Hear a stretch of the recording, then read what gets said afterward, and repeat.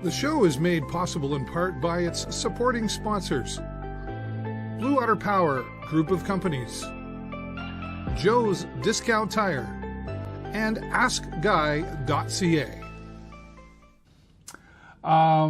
Music seems to be the theme lately here on the show, but there's just so much of it around here. And this next gentleman, Stu Brandon, my friend, so nice to sit down and talk with you, you know, like I say it every week pretty much, but, you know, I see you out at the Sting games, you always say hello, or we see you on the boat, but it's been a long time since we just sat down and a couple of guys and had a good chat. Hey, how you doing, man? I'm doing okay. Doing okay. I've been through a lot this year. Yeah.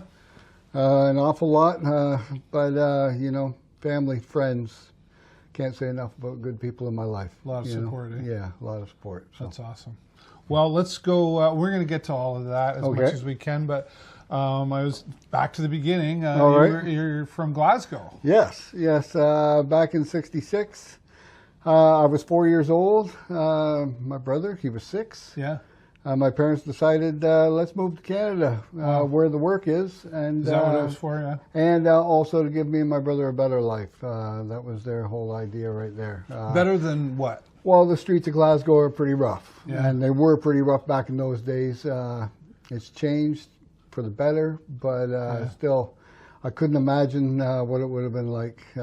It would. I don't know how I would have ended up. Right. So, like 4 years old. So, do you even remember any of it? Or? Well, yeah, I remember an awful lot of it, and we'd go back quite often because most of our family's still there. Oh, wow. Even to this day? To this day, yep. There's only a few left here in Canada because all the elders have passed on. Right. And we're actually going over there next September for a family wedding. And nice. I made a promise to my wife, Jen, when she passed, that I would take some of her ashes over there, and we're going to go to Loch Lomond, and we're going to have the family all out there, and we're going to spread some ashes in Scotland. That was one of her wishes. So yeah. Well, see, and you brought up Jennifer at the start of all this. Can you talk a little bit about that journey of her passing and what you both went through? It was a journey. That lasted 10 to 12 years. Mm-hmm. A small accident created an enormous issue. Yeah. Led to degenerative nerve condition throughout her body, which any kind of movement whatsoever caused her pain. So with lack of movement, you lose muscle.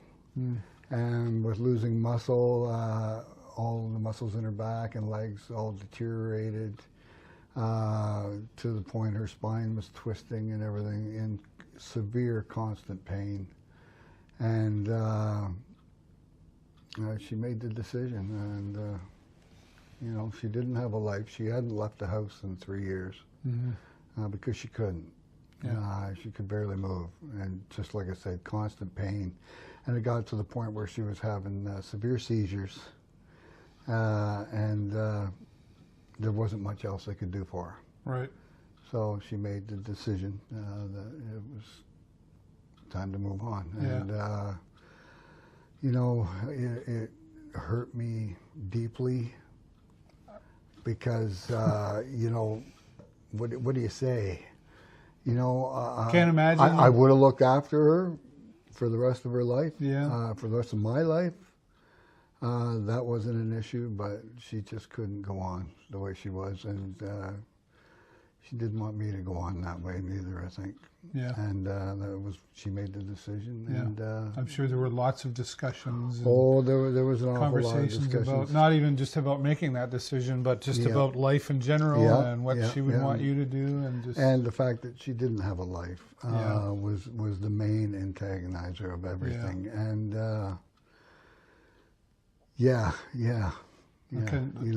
I'll tell you one thing: I'm not afraid to move on myself anymore. And I swear to God, when it did happen, I think she was smiling. Yeah. When they took her away, I really believe that, and because she was finally pain-free. Yeah. And I would imagine so. I knew her a long time, like way back. Yeah. And she was such an outgoing person. And she was the when one your life smiling is in the cut room. to the point where you can't Yeah. even, like the slightest thing, just stepping out that front door was agonizing to her. Yeah, and well, fortunate she had you, because I know you really looked after her for many years.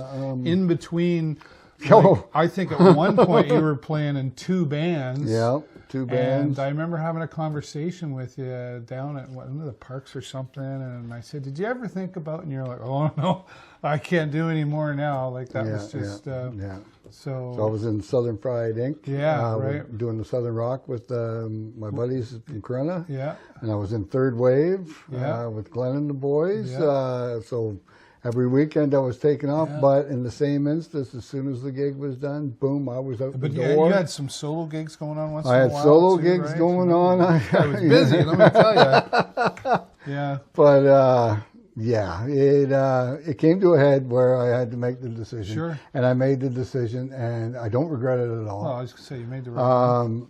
Okay, I lost a lot of time, years-wise, whatever. It doesn't matter. Yeah. I spent it with the one I love, and right down to the final day. Yeah. So. Thanks for sharing that. Yeah. I know that's been a big part Thanks, of your brother. No, you're welcome. That's, nobody wants to, you say, well, I can't imagine, don't want to imagine. Like we to lose the one we love, and but making that decision on your own to do that's even adds to it all. Yeah. And when you talk music, which music has saved my life a few times. Yeah.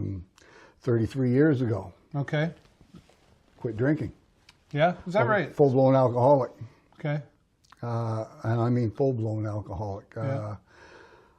I was 28 years old, and I used to sing My Generation. Hope I die before I get old. And I believed I was going to die before I got old. I figured I'd be dead by the time I was 30. Is that right? And I was pretty damn close. When my brother, Tony Marshall, really good friend of mine. Yeah, Tony's awesome. There's a guy I should interview. Yes, you should. Bouncer at the station at the time. Yeah. He made a phone call to my brother one night and said, he's out of control. You have to do something. Now, in the same instance, those last few months of drinking, I was reaching out. I wanted help. Yeah, you were screaming. I wanted it, but I just couldn't stop. Yeah. It had a hold of me. And through that, my brother did an intervention at my parents' house. Is that right? And within a couple of days, I was in London detox. Scariest thing I've ever encountered in my life. Yeah. But it scared me straight. Yeah. I'll never forget it. Never, ever forget it. So where did the music come into play in all of that? I went to a treatment center. Right. And I don't mind mentioning Westover Treatment Center. Yeah. Great place. And I was allowed to bring a guitar in there with me. And I hadn't touched the guitar in 3 years. Wow. Because of the booze. Yep. And just that lifestyle. And I found myself again in my music. I wrote Free at Last, which is on my first album, The Journey. I wrote that in there. Right. And I took it to them when I redid it back in 2020. Yeah. And it's like the theme song for there now. Was that like a replacement for the drinking? Yeah. It took over. You could say that. Yeah. Music filled that void. Right. And then I started to grow. And like I said, once again, surrounded by an unbelievable support system, friends, family. It really makes it comes up all the time in the interviews too. Like it really makes a difference who you surround yourself with, right? Yes. I've always heard the 5 people you hang out with the most, you're a piece of all of that, right? Yeah. So, and the funny thing was, I rejoined the band The 88s. Yes. At that point. Yeah. And a lot of people thought, you're crazy. You're playing with fire. You're going into the bars again. But I couldn't explain to them that guitar right there is my higher power. Right. That's what gets me through each and every day. Yeah. And the fear that's in here of how it was. Yeah. What life was like at that point. Like, I lost everything. It's an escape. The house, the wife, the jobs. I lost everything. Is that right? Because of it. Wow. But I came out of it so much better, so much, like, clearer. I've always wondered, like, and it's, you know, I see it in musicians of all types, whether it's, you know, playing a horn or playing the drums or whatever, but I've watched you so many times. And I mean, never mind the amazing talent that you have walking out at there. And I feel like, and I'm sure others would agree, that when we're watching you, it's almost like we're up on that stage with you. You know, I know you've brought me up on that stage many times, and I'm looking, but I've always wondered, what the hell is he thinking in his brain right now? Like, what's going on? I don't feel like it's am I playing the A and the B and the whatever? I'm not thinking of that at all. I'm looking out, and I'm looking at a guy like you or a girl over there or another guy over there, and I'm bringing them on that journey with me I'm having fun, you're going to have fun. And you do it so Bottom line, everybody, let's have a great time. Yeah. You know, that's the way I've always been. We go, there's Stewie. You know, there he goes. And I've always thought that if you're having fun on that stage, it reflects right into the audience, and they'll have fun too. It sure does. But I pinpoint people Really? as I'm playing, and Yeah. I look at them and I get them in the zone with me. Well, you must have done it to me, because I just go, It's a crazy "Here thing, he but goes, yeah, man." I can say I do that. And that's the rush or the high Yeah. for you, eh?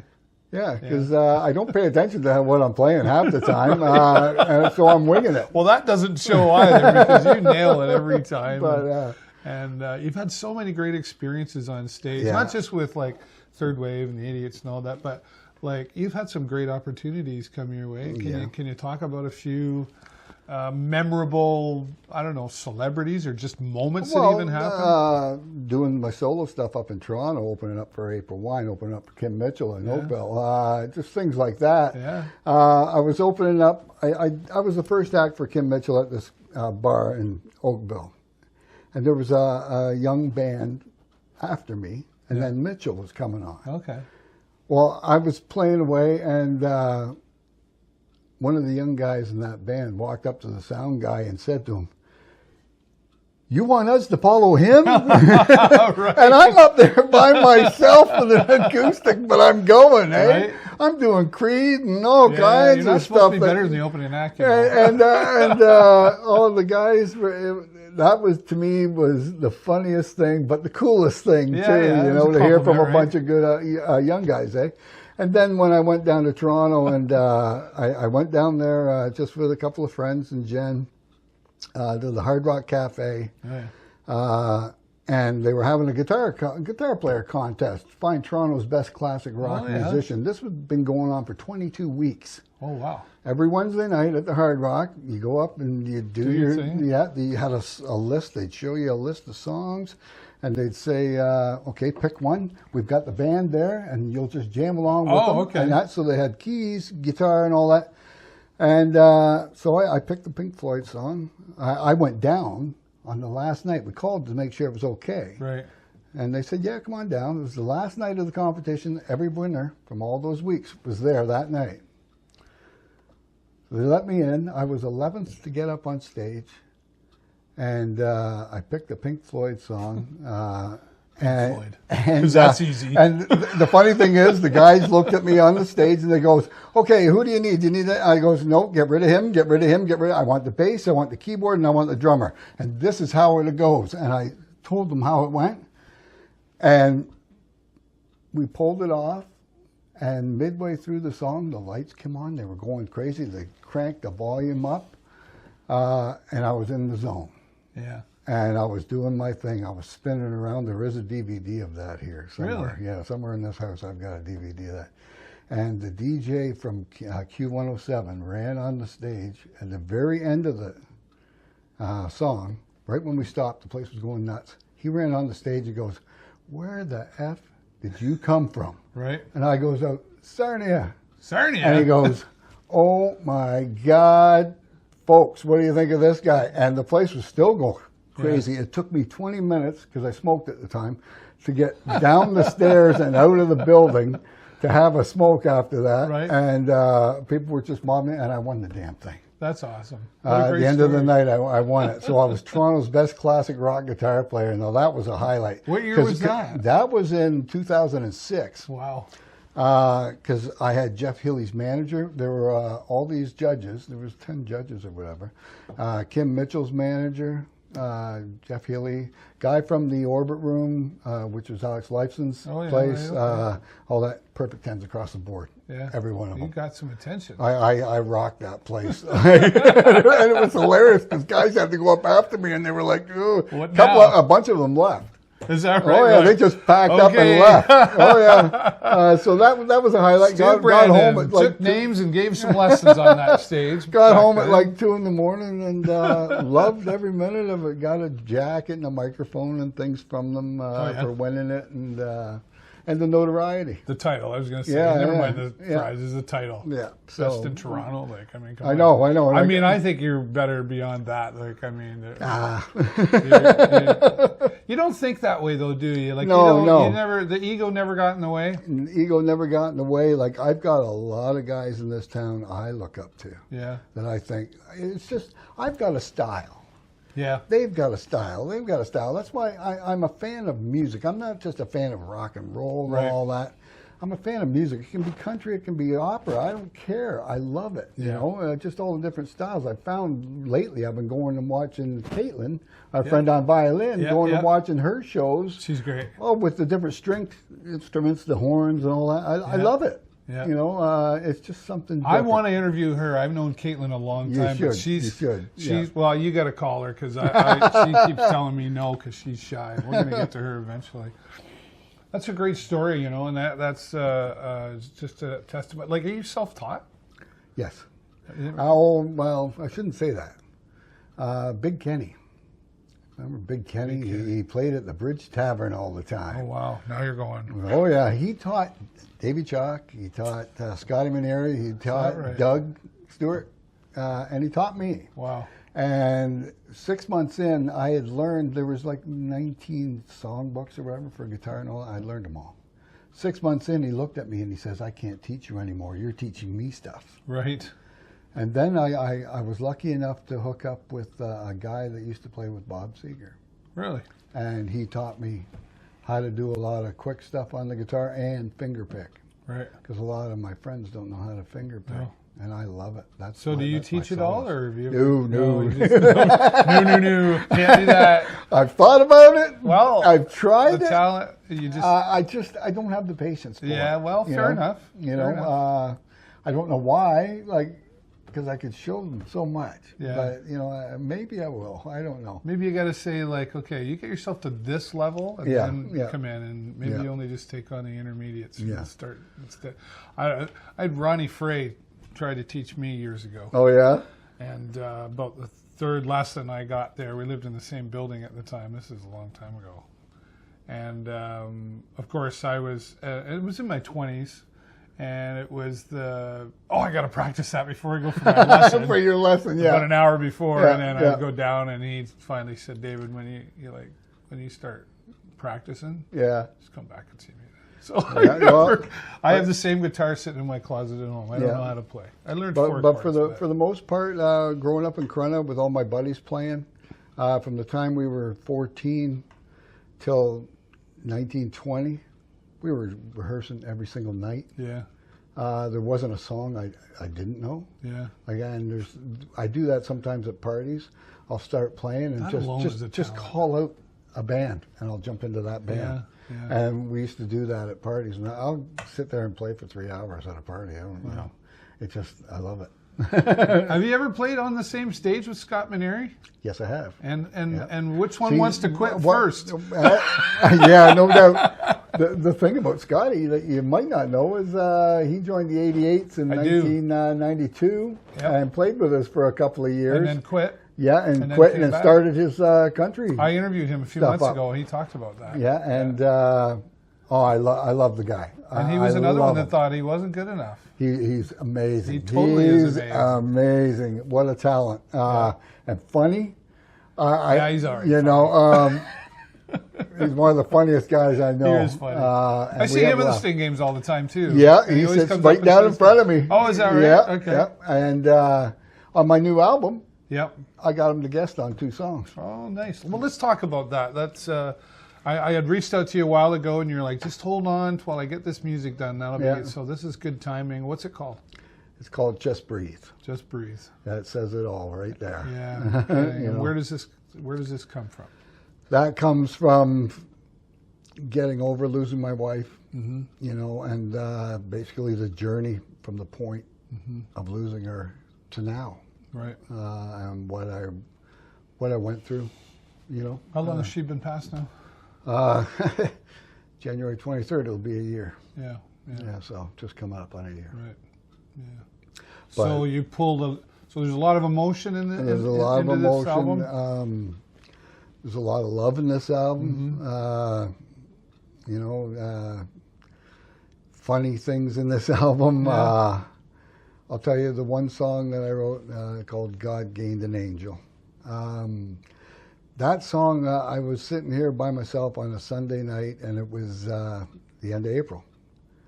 May 1st was the Monday morning, and I wrote the music that night at about midnight.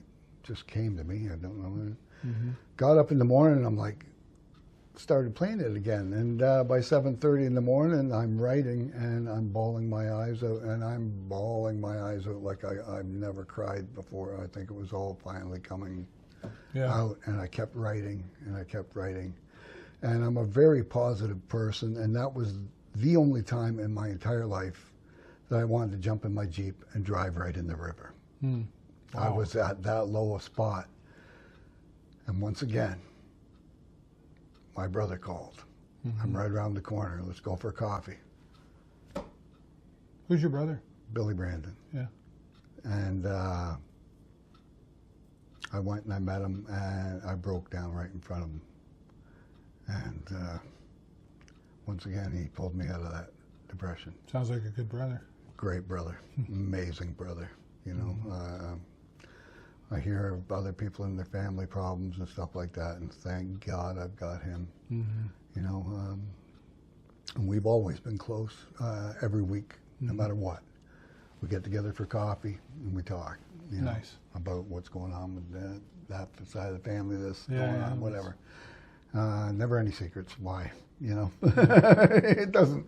Sure sets you free, doesn't it? Exactly, and you don't have to think about it afterwards. That's right. What did I say? I got to remember what I said and all that. Yeah, I know there was a time. You know, it's funny. Like I say, families are so, I don't know, confused at times these days. A little messed up sometimes. You know, and all I can do is thank God that I had the family I had. Yeah. You know. Yeah. So we're going to hear some love. We're going to hear some obviously very emotional and some humor. And, you're going to hear some humor. And I did a song. It's called Peer Pressure, and I called it that because I came up with this crazy idea, and I passed it off to Mike Mackay's at the Grove Production Studio. Yep. And I can't say enough about good stuff about Mike. Mike, he's my band. He's my shoulder. He's my ear. He gets me. He wears a lot of hats. He wears an awful lot of hats, and what a fantastic guy. There's an interview you should do. Yeah. Wow. Like, my God. He's done so much in that world. He's done so much, and he did so much for me. Yeah.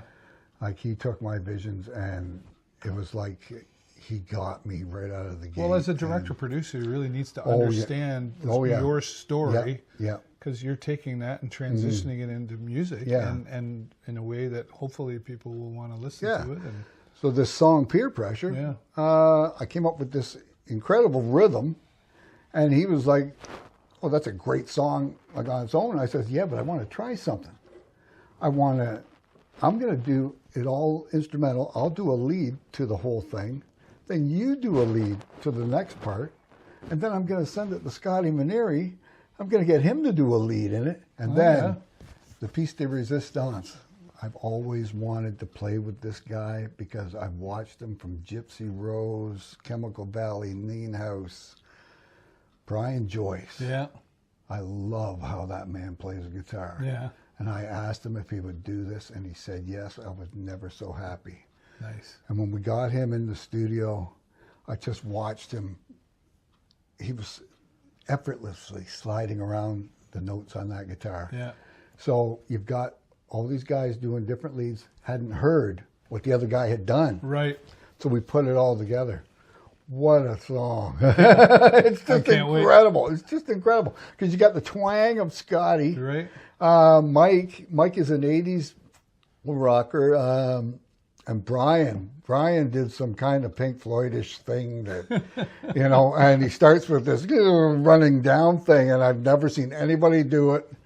And I was just sitting in the studio, my jaw dropped and looking at him going, my God, wow. Mike, good job. Yes. So, but so yeah. is this out now? It is out. So where yeah. where do we tell the world? It's on Spotify, all your music streaming services. Okay. It's on that, or you can just go to YouTube, click Stu Brandon, right, and it's called go. Just Breathe. Yeah, Just Breathe. Yeah. It's there with my album The Journey, and I put out 4 songs just before Jen passed called Heaven. Okay. And it's a couple of instrumentals with a song called Heaven that I wrote when my father passed away. Okay. And it was only fitting, really. Were you close to your dad? Yeah. Close family, Yeah. all around, but Yeah. it was crazy, Does that make it harder or more meaningful when you lose, or maybe a little bit of both? I think a little bit of both. Yeah, it tears you up. It Yeah. really tears you up. But like I said, that's put me in a position where I'm not afraid of the afterlife or whatever. Yeah. How old are you now?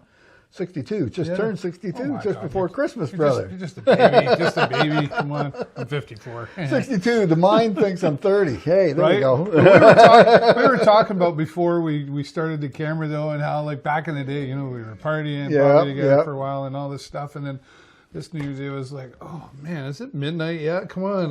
Yeah, I hear you. We're catching up to all of that, right? Yeah. Oh, yeah. Is there anything on the list, the bucket list, so to speak, that Stu hasn't done yet that we might see, or you still want to do? I'm not sure yet. Yeah. Do you have one? No, I don't have one. No. I've actually toyed with the idea of moving back to Scotland. Yeah. Which, and cousins over there have asked me. I was going to say, what's there? There's still some family there. Yeah. We got family there, family in England. So, yeah. And what would you do there?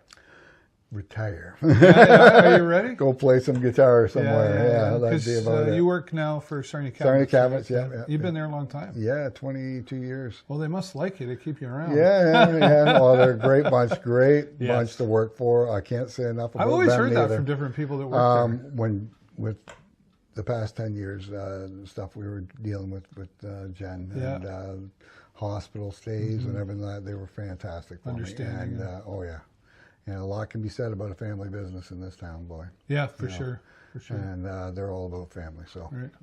I always like to ask the question to just kind of take away from music for a moment. I know that's hard to do because it's really what you do. Do you follow politics or anything like that? Yeah. On from a local level or to the higher level, I don't agree with a lot of what's going on. Yeah, okay. But I like Pierre. Yeah. Polier. Okay. But they can all say this and that, right? Yeah. When they get in there, it's always a different story. Yeah, it usually seems to be. So, what do you do? Do you think we'll see that? Do you think we'll see the switch to blue? I don't know. Yeah. I don't know. That's tough, right? Yeah. It's on local level, though. Like, I mean, and I say local, I include like our municipality. Yeah. I also tend to include like Marilyn Gludoom. Our MP and MPP. Do you follow along with that? Yeah. How's everybody doing? I think they're doing okay. Yeah. I think we're due for, Mayor Mike, a new mayor. Yeah. Somebody younger, more newer vision, whatever, That's nothing he hasn't with heard, the city. right? Oh, yeah, probably. But I just think, Yeah, but who would it be, though? That's because I think you'd get stale. Too comfortable. Yeah, maybe. Being in there that length of time, that's... Just my view. But I just can't think of who that would be. I don't know who it would be. Remember when Carlos Murray used to run? Sorry, folks. Do you know? Actually, who cares, right? I know. It's the show. Nobody's watching this show with David Burrows. He went to London and actually he ran there a couple of times. Oh, did he? I wondered whatever happened to him. Yeah, no, he went down to London as far as I heard, and he ran down there too. Yeah, so I don't know. We can make fun of our peeps locally all we want, but it's really a tough gig. Like it is. You've got to have, like, I wouldn't want to do thick skin because you're getting attacked all the time. Right? Like one person might like what you do. Yeah. Another person don't. Well, and they you're start hear digging about into it. your background too. They bring up everything. Right, whatever you did, And I've been asked a few times, and my Jennifer, she was like, "Nope." She thinks it's bad now sometimes, right? No. Yeah. I couldn't. I mean, I'd have my opinions on how I think or whatever, but I couldn't do it.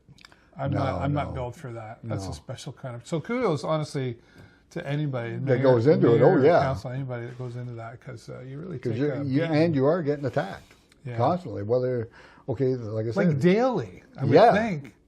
That's the part I don't get. Like I said, that guy likes you. This guy don't, and they'll let you know about it more than the guy that likes you. Yeah, which is I'd vote for you, Stu. For a council person, you can straighten things out there. No. But you think everybody all around though, like you think our mayor and our council, if they're doing okay. They're doing okay with what they got to deal with. Yeah, with what they got to deal with. I say the only thing I would say is they've got that CN land down the waterfront more. Oh yeah. Do something with that. Okay. Like we've got such a beautiful waterfront. Yeah. We really do. Let's really pump it up. Yeah. That's our goal. You're talking like going further south from the casino there and everything. Yeah. Okay. Yeah. I remember those CN barns. Oh yeah. There was nothing there, right? Just that. What was it? Galloway Roofing? It was Galloway Roofing. It's where we would take our dates. Well, like I said though, we've got a gold mine there and utilize it more. The downtown, revitalize it with like the Bad Dog guy. Yeah, Jason Winter. He's doing great. Yeah, he's awesome. We need more things like that. Yeah, took that corner place there. Yes, that went through so many. Oh God, now it sat there for the longest time, and he just him and his wife and just he's on my list, by the way. He's awesome. He's already agreed to an interview, so good. That'll be a great story there. But you're right. Because I remember in the days, it's just last week was Al Hill that I interviewed. Oh, yeah, I watched that. And we worked together back in the day. I was 19 Mr. working Mike's. at Mr. Mike's for a while, right? Well, that was... Was Inch there when you were there? He was the bouncer. Oh, man. Nobody gets up without singing the blues. No, that's what if he was saying that, it was like, oh, boy. Yeah. And... anyway, there's a whole lot of stories there. I was there for 3 years. But See, that's what I miss in this town too. Think back, 30 years. Oh, the station all the time. Spangles, whatever. Well, the station was 7 nights a week. You went there. Oh yeah. And I think there was only one night they didn't have the DJ or a band. And it was Monday. Yeah, and crazy, And they did something else Saturday. It would be totally Sunday night. It'd be packed. Yeah, I know. What do you think changed there? What happened? That was the video. Things came in and live music went out the door because, think of the bands that came through here. Honeymoon Suite, Gowan. I know. Tragically Hip. Yeah, Tragically Hip. Yep. All these guys. I remember seeing, you remember McLean and McLean? Yeah. They played there. They came there, yeah. It's Oh, I seen Burton Cummins there. I was tapping him on the shoulder saying, hey, play this. Right? It was like... It was crazy. And then we've since seen, Big Wreck has played there. Yeah, and but it's just a shame. Like, the building's still sitting there. Yeah. But there was all kinds of places for people to play in town. So, but what stopped all of that, do you think? I think a lot of, the bar owners got greedy. Let's stay open till 2. Right. Well, then people don't go out till later. Yeah. They thought, well, people come at 9, we'll get that extra hour. No, you won't. Now they wait till they go out. They wait. In fact, it used to be like 9 till 1. I remember Sunday nights. And then just was all the midnight. laws, right? Yeah. The Just drink the and driving laws, thing's different drink and now, driving too. laws, the insurance laws, Yeah. all that. Liabilities. Yeah, liabilities, everything played a factor. I give kudos to all these little wee pop-up breweries. They're having live music come in, which is great. Someplace for people to play. Yeah, yeah. You know, Refined Fool, I think Two that's Water, fantastic. has done a really good job Yeah. of that. And I'll ask you this question that I ask pretty much every musician I interview. I asked Al Hill last week too. Like, I remember back at Huey's Junkyard days. Yep. We lived across the street, and anyway, I talked to, you go back to Robbie B's days, and Mark Blaney played there all the time and stuff. The musician is getting paid the same today that they did 30 years ago. Yeah. Most part. Yeah. Right? Why? Why hasn't that changed? I don't know. Is it the bar owner's fault, or is it the musician's fault, or a little bit of both? I don't know. Yeah. I don't know. One would say it's the other, and the other would say it's that. Well, because the musician says, "Well, okay, fine, I'll do it." Well, the bar owners will say you didn't promote it enough to the band, and the band will say it's not our job. It's your bar. You should be promoting it. Yeah. So there's that. Yeah. That's a tough one. Right? That's a tough one. Like $100 a guy. But like back in the '80s, we made some really good money. Yeah. But then, like I said, it just it fizzled off. Fizzled off. Some would blame it on karaoke. And then you're lucky to then you're lucky to get $100. Yeah. But no, I wouldn't blame karaoke. Yeah. Karaoke was going at the same time. Yeah. It was like It when I was got more involved. people would come out and dance to the videos Yeah. than they would the live music. So why pay a band when you've got a screen Well, right and there? that was the same thing with karaoke. Ronnie Frey is a great guy.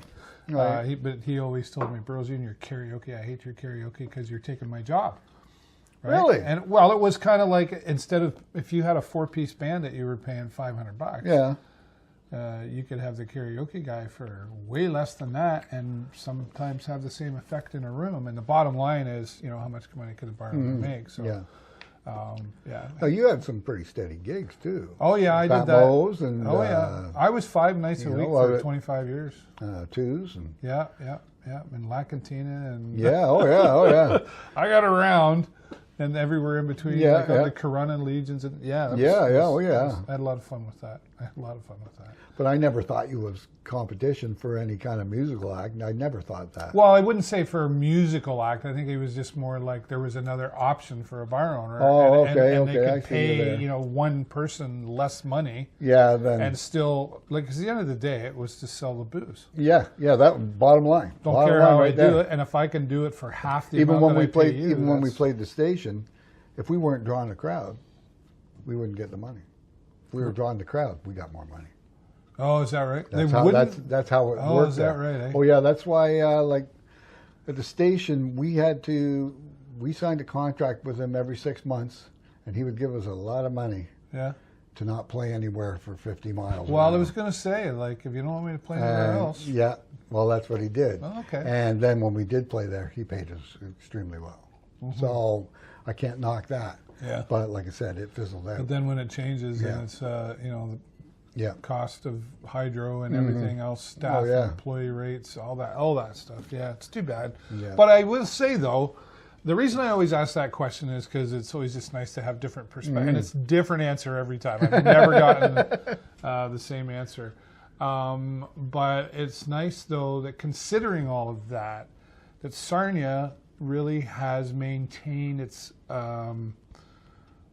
life of, what am I trying to say? I always call Sarnia like a hub for the arts. Yeah. Oh, yeah. There's a lot of good artists in this town. And not just musicians. No, that's painters the and arts. all that. You know, if you go to some of these gallery things and shows that they do in the summer and everything, it's amazing what some people do. Yeah. But on the side of musicians, there's so many good musicians in this town, and I mean really good musicians. We've seen the occasional moments where all of those musicians, or majority of those musicians you speak of, have been under the same roof performing. Mm. You know, like if we go back to our dear friend Smitty. Yeah. That past years, you know, and a fundraiser comes about. And it's like some of the guys, I'll say some of the old guys, they just come out. Well, and you think, oh, you're still around, like, Yeah. you know, and then there's the new ones, and it's just, and they would play 24 hours. you know, when you bring up Smitty, I know I put a smile on my face though, because he told me, now you always wonder, do I matter? Did I touch somebody's life, whatever? And he, when I first joined Third Wave, he was sitting there beside me, or we were driving to a gig or whatever, I can't remember. But he told me the story of how his mom would clean the station on the weekends. And on a Sunday morning, he was in there with her, and he was like 13 or 14. And he looked up on the stage, and I was up there sound checking. Oh, yeah. And whatever. And I seen him down there looking at me, and he said, "You were the only one." I've seen a lot of musicians in that bar when I was that young. "You were the only one that said, 'Come on up here, kid.'" And he went up on the stage, and I put my Strat around his neck. Really? And I said, "Now look out at that kid and see, how's that feel?" And Wow. he told me the story, and I'm like, "What?" Wow. You don't even remember doing that? that? Influenced me to learn how to play That's and be amazing. on that stage. And then you played together. And then I played together with him, Yeah. and it was excellent. I loved the man. He was, him and I were loved him. very, very close. Yeah. I miss him. Oh, yeah. It was he funny was that they amazing. hired me to be the lead guitar player, and every once in a while I would say, "Smitty, you do the lead. You do the lead." Right. And he'd look at me like, "You're doing the lead. Come Yeah. on, share the wealth here, buddy. Yeah, yeah. You can do it." And He was so talented, too. Oh, God, he was. Played the keyboards, he played the guitar. everything, yeah. I think they threw him on the drums sort of once in a while. the odd time. I think Glenn made him do a Yeah, lot of yeah. that stuff. Come on, you're up. You can do it. Yeah, That's great. But, What a great story. I've yeah. never heard that Yeah, before. that blew me away when he told Well, me it that. would. You know, I Little was tear like, to the eye, so like a that, little impact. that was mine and his connection, Yeah, cool. and I made a difference in that kid's life. Yeah. I introduced him to. And he played so music. well. Oh yeah, He really did. Yeah. He never gave himself much credit. He was Yeah. he was sort of the quiet one. Yeah, on the yeah, record. He exactly. was like, whatever. Yeah. They had a hard But- time convincing him to do solos, you know. Yeah, exactly. Like Pink Houses exactly. was yeah. really the song Was his- I yeah, remember. yeah, Yeah. yeah. But, Oh, cool. I'm yeah. so glad. See, Oh, see and this that? is what I'm Yeah. going for here, you know, like tell me these stories. Like there's so many, right? You've connected with so many people. Your journey with your wife passing and even before that, you know, like I kind of wonder, like COVID for a lot of people who were just I know for me, like COVID didn't really hurt me that much. It was as sociable as a guy I am. Yeah, right. My Jennifer was like worried that I was gonna. No, I found stuff to do in the home. I Yeah, read yeah. more books than I ever did before and stuff. But I recorded an album. right, and you were also dealing with Jennifer with as Jen, well, yeah. right? So I had 5 different Zoom things on my phone for all her doctors in Toronto, London, and Oh, yeah. Sarnia here, and we could call them at any time, and then just Zoom them. And, can you imagine though if the COVID thing had happened in the 70s? Oh, where I we don't know had what no we would have FaceTime or anything yeah, like I that. don't know. I don't know what it would have been like. Yeah. You know? So that was okay. Like That was okay. It was okay yeah. getting through that. And she loved it just for the fact I was here with her all the time. Right, you were here. You know, and when I got called to go back to work, she actually cried. You know, and I'm like, "Honey, I'm just down the road. You need me. You know where to get me." So What was her before the accident and everything? What was her living? What did she do? she was actually going to school to be a hairdresser. Oh, is that right? Okay. Yeah, she had been a secretary Right. at the Gazette for really? ages. Yeah, Oh, for wow. ages. The Gazette. Yeah, There's yeah. I've There's heard a of long time. Wow. oh yeah. We are old. Yeah, she was doing that, and then she went back to school, and she was learning to be a hairdresser when it happened. Yeah, okay. And, that put a kibosh to that Right, and everything right. else. So COVID really didn't. No, I mean, no. financially, you got through that okay. Got through that okay. Yeah, no Yeah. worries at all. Yeah, That's good. So. You got a cool little and what's funny is I tend to forget. I won't now, buddy. We just live around the corner from right each around other. the corner. And I remember it was just I can this- walk the dog Yeah. and go by your a couple house. times this past summer. I remember you walk, and I'm thinking, what the hell is Stu doing around here? And, Yeah. and it was one of those quick hi bye kind of Yeah, things. yeah. And now I know where you live, right? Exactly. Come on over, Watch man. it. Careful Come what on you over. wish for, buddy. That's cool. And it's funny, you know, that kind of thing. Like us I guess we're neighbors, right? Right. Comes full circle.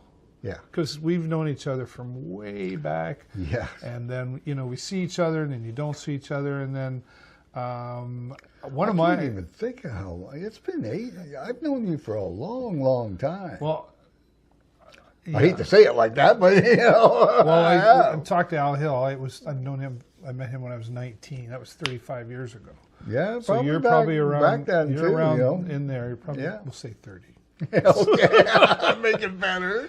One of the great things too that I had a privilege of being a part of for 2 years was the Rock and Roll Christmas concert. Yeah, I'm still doing that. And they missed it this year. It wasn't. Yeah, it was because we had a bunch of people were in the production of Little Shop of Horrors. Oh, okay, Little Shop of Horrors. And that ended the end of October, and they wanted us to do the Christmas show at the end of November, and it was like we don't have the time to throw this together because they're learning all that, and so it was like we just put it because that's not really about learning the songs and how to play them. No, it's more that choreography and what's going to happen and when's the elf going to come out. And because now we've got it down to a science of it's a show with like funny bits, comedic bits. Put it this way, we're already booked for next year. Yeah, we've already started. When I'm done this interview, I'm heading over to Andy's to rehearse. I missed it. Here is that right? Oh yeah, 11 months from. And so you got to tell him when you get over. Say Burrows wants to interview too, Andy, and he'll be. You can see him. Oh no, I don't need to do that. That's fine. I'll just stay back here behind my drums. But we're making it bigger and better than ever. And I was a little bummed. It's so much fun. Oh, I was myself and Sarah Woodley were the MCs for 2 years, right? And then and I get it. It was like. It changed. It just changed in a different direction. You don't need the MCs, and I get that. But I was just bummed because I was like, it was so fun to just be around all those people that were putting it together. And Dave Chalk, did Dave, fantastic job. Great guy. There. Great guy. One of my closest friends right now. So he's super nice. Yeah. And Denise and his family. Yeah. And then all the talent that's up on that stage from the young to the old. To see that, and some of those young ones have progressed and moved on to other things. What do you get when you're you're a seasoned veteran, so to speak, on stage, and you're watching young performers? And I'm not just talking to rock and roll, but I love it. I absolutely love it because they're carrying on. The arts, the tradition, and they're putting their spin on it, which is cool. Because they're keeping that old, the old rock. It's still around. Right? Oh yeah, and they're playing it more and more. Yeah, but they're putting their spin on it, which I think is really cool. Yeah, because there's a lot of fantastic music written in the 70s and 80s. Sure, and for them to take it and slow it down or do whatever with it, put their own little twist into it. Yeah, it's awesome. It's cool. I think it's awesome. Yeah, that's creativity right there. So that's. And do you ever? You mentioned earlier about getting comfortable in your chair. Have you ever caught yourself in the music side of things, getting comfortable in the chair, and then go, wait a minute, I need to stand a little taller again? Not really. No? I change up all the time. Yeah. Yeah. I don't know if you can see that. It's sitting over there, but that's my main guitar. I write everything on that guitar. Okay. Everything starts on an acoustic and goes from there. And even tonight before you came, I was playing it, and I came up with another song. So. What, did I inspire you or something? Well, in a way you did. But I'll let you in on a little secret. It's not going to be a secret now, but go ahead. Me and Scotty Manieri are going to do a project together. That's awesome. Coming up in the spring. We're also going to bring in Jens Walters and Chris Tompkins from the 88s. Wow. And look out. We're going to have a good jam. Oh, wow, cool. But we're going to write some music. Well, that's what, because when I interviewed Scotty, I was like, what's next? And he was like, well, he wouldn't tell me nothing. Yeah. So... Scotty, now I know. Sorry, Scott. Sorry, CT. No, that's great. But, that's exciting. Yeah. Well, me and Scott, from him working on my album, we got to talk, and I was going to say, did it come from that? Yeah, we should. Yeah, we should. And then we thought, CT and Jens 30 years I was in that band. Let's bring them on board and let's make some music, so cool. And let's record some songs. Why not? Wait, why not? Exactly. Yeah. That's what gave me inspiration about 4 or 5 years ago. I got to play with a guy named John Young. Okay. Tony Marshall brought him to town. He's from the band Asia. Yep. Scorpions. Bryan Adams he's played with. He did the theme for Obama's presidential thing. Oh, the stories Tony Marshall could tell. Anyhow, I got to open for John and talk to him. And I was shy on doing my original stuff. And he says, oh, no, don't ever be shy of that and record it. Do what you can.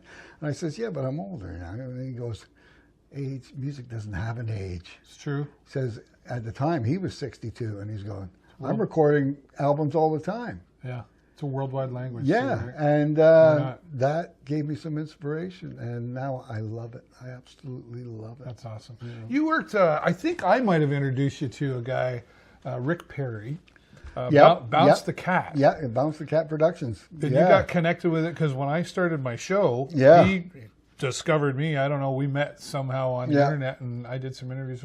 Did you do some things with him? I conversed with him quite a bit. Sent some of my music to him and everything for critiquing and everything like that. And he's still out there. Yep, he is. Once in a while, I see and if I ever feel like I want to go on the road or whatever, I'm going to contact that man because he's got connections. He does. I met him. A few years ago, oh my goodness, it's got to be 7-8 years ago now. And I drove over into the States to in part of Michigan there. And it was kind of funny because I was coming across the border and they ask you the questions. They're like, where are you going? Well, I'm going to meet a friend of mine. Oh, who's your friend? Well, actually, it's the first time I'm meeting him in person. And they're like, okay, what's this all about? And I'm trying to explain why I do this show thing, right? And in the back seat, I had a tripod and a video camera. Yeah. And they're like, and where are you meeting them? At a hotel. So you got a video camera and okay. And the guy said, you know how this looks, right? And I'm like, truth is stranger than fiction, that's all I know. And he's like, go ahead. And for those folks watching, Rick Perry. Yeah. Former manager, Lynyrd Skynyrd, The Outlaws, Molly Hatchet, Rick Springfield, the Romantics from Detroit. Yeah. That's who we're talking about. That's right. This guy is connected. Yeah, with several of those guys. Yeah. Some of the guys from those bands that I have to look that up. Boy, I forgot that I got the interview. Oh, yeah. I probably back then had no idea who I was talking to. I don't know, but, I know he's a big guy. Yeah. And what's interesting is when I crossed the border and I said Rick Perry, there was at that time anyway a big like a senator or something. Rick Perry. There was, And it was hated. Everybody, they're like, Rick Perry, the senator? And I'm like, no. I had a lot of explaining to do at the bridge that day, but it was Rick Perry, the senator.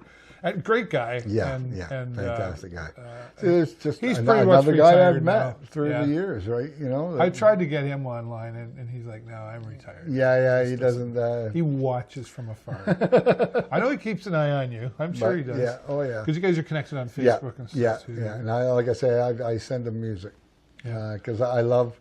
This guy's been around, so if he says that's good, Stu, well, then that's good. Yeah, that to me is a great praise. He's got a good sense of that for sure. What's the music's changed so much in how we promote it. It used to be like you got a record deal, like we got a record deal. That was people didn't understand. Well, you got a record deal. That doesn't mean you were necessarily going anywhere. Exactly. So, okay, we'll produce a record. That's all shifted too because. They used to put out albums, you'd buy albums. Yeah. So the concert tickets were cheap. Yeah. Well, now with streaming, they ain't making any money. It's the other way around. It's the other way around. That's why the concert tickets are so expensive. Yeah. Well, and it was always in, like Kiss is a really good example of selling the T-shirt, Like merchandise. Merchandise, there, right? Yeah. But I mean, like, I've said to a few people, like even having a CD now is kind of like a business card, isn't it? It's like, here's my CD. Well, maybe you sell, like, who buys CDs anymore? Exactly. Like, say it's all streaming. And you're getting... What I was going to do with my first album in 2020 was get 100 CDs. Right. And then out to friends and family. Yeah. Then I got thinking, well, then they listen to it once, whatever. They throw it on the floor of the car, or it goes up on a shelf, and that's the end of it. This way, through this thing that Mike's connected with, CD Baby, Yep. it goes to over 160 different streaming services around the Oh, world. yeah. And I can track it. Oh, yeah? And in 3 years, I've got 22, 23 songs, I believe, out there right now. Yeah. Since the new album went out. I've got almost 80,000 downloads. Wow. I've only made $12. Right, I know. Because it's 0.00016 Well, of a cent that's every Spotify download. too. There's But always I don't been care big. about that. Yeah. That means 75,000 or whatever downloads around the world. People are listening to me. Yeah. Yeah. Somewhere, somebody's listening to me. You don't care about the money on it? No, not at all. Yeah. That to me is more important Even than just anything. getting your money back, like you had to pay to get that recorded and all that stuff. No, because I have a riot. Look at the grin on your I face have a just riot. talking about it, right? I have a riot recording. Like when it's my own music and I'm creating, Dave, Yeah. like I'm going in there, like some songs, I'm putting 8 different guitar bits on there and everything. I layer it and build it, right? And same with vocals. I do multiple vocals on songs and stuff. Yeah. And I love it. I absolutely love it. And it all comes out of my head. And when I first started this with Mike at the studio, I said to him, I've got so much music in my head. I want to get it out. Yeah. And I do. So you got voices in your head. You got to. Yeah. Oh, yeah. Like I'll just sit down and I'll grab the guitar and things just come to me. Mm-hmm. And then I go, well, wait a second. Won't that? And I try and make it difficult. And then figure out weird tuning and stuff like that. Oh, yeah. Okay. So does it just like, you have a lot of aha moments? I got to do this right now? Yeah. You don't walk around and go, I need to think of a song? No. Just all of a sudden. It comes to me. Yeah. And 9 times out of 10, all the lyrics, I'm under the gun because I'm going in the studio on Thursday night. It's Monday night. I got to write something. Usually Wednesday night, I write it within 10 minutes.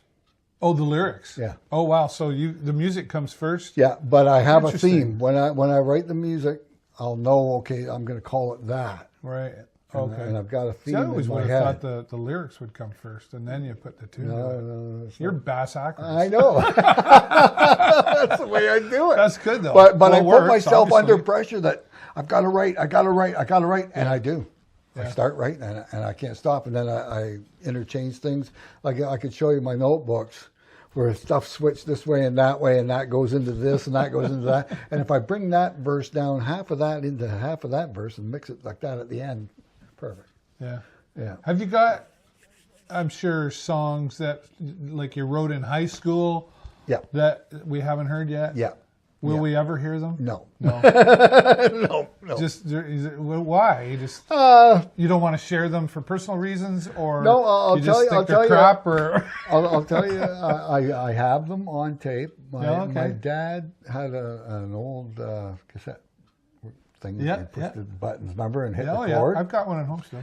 And unbeknownst to us, me and my brother would be playing the guitars, and a lot of the stuff I wrote back then, he would all of a sudden hear Stu Brandon, and he'd lay it there, and I didn't even know it was recorded. Your dad? My dad. Oh, wow, sneaky. My mom, when my dad passed, got it all converted to CDs and gave me it. I've listened to it once because it's hard to listen to my dad talk. Sure. But he's introducing my songs. Wow. That I wrote when I was 15 years old. Wow. That's amazing that you have that. I've got that. Sounds like a smart guy. Yeah. Yeah. Well, my dad was a drummer from, he played in skiffle bands in the 50s. Oh, okay. Opened up or played with Roy Orbison was his touring Is that right? band. Yeah. Whenever he'd come over to Scotland. And when he wasn't a musician, what did he do? Sheet metal worker. Okay. Yeah, coppersmith back there. He worked in all the distilleries. Yeah. And your mom, is that right? Of course, and your mom? Mom's a nurse. Yeah. Yeah. She worked at the General when we came here. Nice. So. What a cool thing to have in your possession. Yeah. Oh, my dad. But why? It's just too hard for you to hear his voice. That's the thing. Yeah. I get that. But that guitar back there is his 1969 Silvertone that he bought in Sears, and that's a guitar I learned on. We're going to take some video of that and show that. Um, Stu, I got to tell you, could you believe that we're out of time? oh, man. That's crazy, right? We'll have to do this again to get the part two. I said that to Al and a whole bunch of others. I'm like, I could do a docu-series on so many people. We could just do like a 4-hour part series. Yeah. But I'm just glad that you allowed me into your home, and you really shared some personal stories, which is fantastic, because somebody out there is going to hear that and feel like I'm not alone, kind of thing. Yeah, right? yeah, so exactly. That's exactly. Cool. Thank you so much, my friend. Hey, and this guy doesn't get credit for going around and speaking to all those musicians and old guys here in this town and bringing to light it's my love. Our life and our love. Thanks, man. I appreciate that. Right. And thanks to all of you who are watching. You know what I'm going to say. Yes, click the like and the love, but click the share button. It's the most important button you can click. Share Stu's story and everybody else. But right now, that's all the time I got for you this week. Have a great week and an even better weekend. We'll see you next time right here on the show. Cheers, everybody. Bye for now.